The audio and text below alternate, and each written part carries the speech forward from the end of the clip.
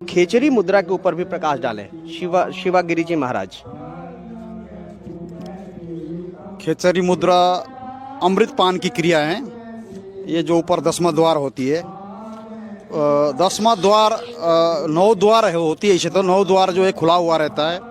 सबको ही पता है कि शरीर के अंदर में 9 द्वार होते हैं। 10वां द्वार बंद होता है ऊपर में। उसी 10वां द्वार को खोला जाता है खेचरी मुद्रा के द्वारा। जब 10वां द्वार को खोलते हैं खेचरी मुद्रा के द्वारा, तो वहाँ से अमृत का स्राव होता है। मतलब वो अमृत, उसको अमृत कहा जाता है, क्षुधा रस कहते हैं उसको। वो उसका श्राप जब होता है तो हल्का हल्का मीठापन होता है उसमें। तो अगर उसका पान करते रहते साधक, तो उससे एक प्रकार से एनर्जी प्राप्त होता है, शरीर में एनर्जी प्राप्त होता है, ऊर्जा प्राप्त होता है। तो उस ऊर्जा, जब उस एनर्जी को, उस ऊर्जा को हम बढ़ाते रहते साधना के द्वारा, तो हमको भूख प्यास कम लगने लगता है। कम भोजन से भी हमारा जो है, मतलब हमारी तृप्ति हो जाती है और शरीर में कोई कमजोरी आदि भी नहीं दिखाई पड़ता है।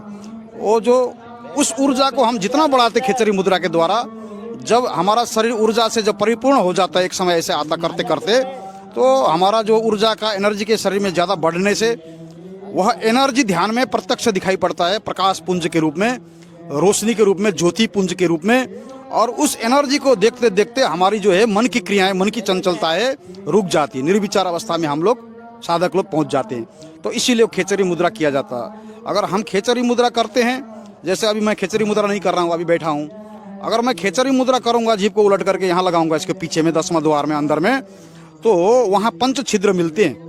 5 ऊपर के जो छिद्र है, पंच ज्ञानेंद्रिय के जो छिद्र है, वहाँ 5 छिद्र मिलते हैं और एक बारीक सा छिद्र ऊपर मिलता है।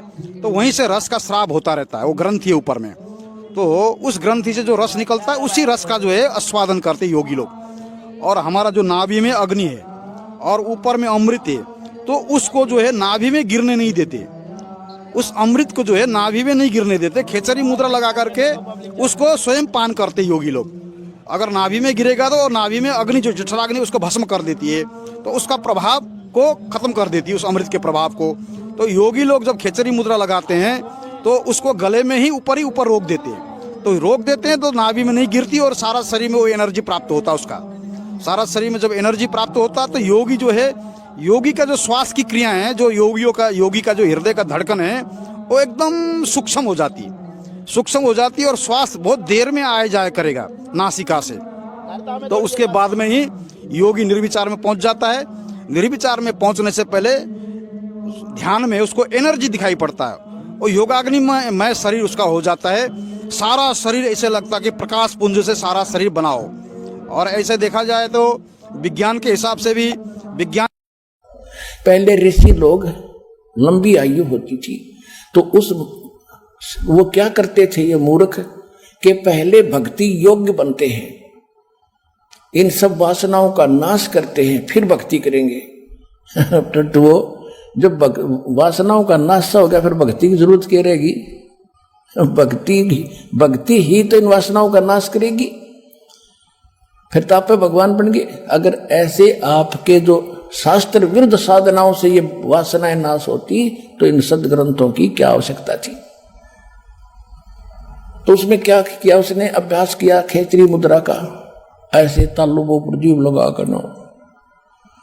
उससे क्या होता है कि इस अभ्यास से जब तालु तक जीभ लगना शुरू हो जाती है और काफी समय तक लगी रहती है, ऊपर से एक हमारे यहाँ ऊपर अंदर इस तालु के ऊपर एक छोटा सा जैसे अंडा देखा हो मुर्गी का, और वो फूट जाए, उसका भी चौथा हिस्सा फूटे हुए का, ऐसा एक स्थान है हमारे अंदर इस तालु के ऊपर। और शरीर से जो हमारे एक अमृत भी बनता है अंदर, जैसे सभी आप देख रहे हो कैसी कैसे आइटम बनते हैं शरीर में, और जिससे संतान उत्पत्ति होती है पदार्थ भी बनता है, ऐसे अमृत भी बनता है। लेकिन वो अमृत शरीर में ना जाकर के सीधा नाभि पर पहुंचता है। नाभि के चारों ओर एक कुंडलनी शक्ति है, कुंडलनी एक नागिनी है, एक नाड़ी है, उसका मुंह ऐसे है सर्प की तरह, और वो उसके ऊपर आके गिरता रहता, वो सारा का सारा वो भस्म कर देती है, खत्म करती है। और श्वास के जो ये लोग क्या करते हैं, श्वास क्रिया करते हैं, उससे सूक्ष्म श्वास हो जाने से वो उसका मुंह नीचे को हो जाता है, फिर वो शरीर के अंदर प्रवेश होना शुरू होता है।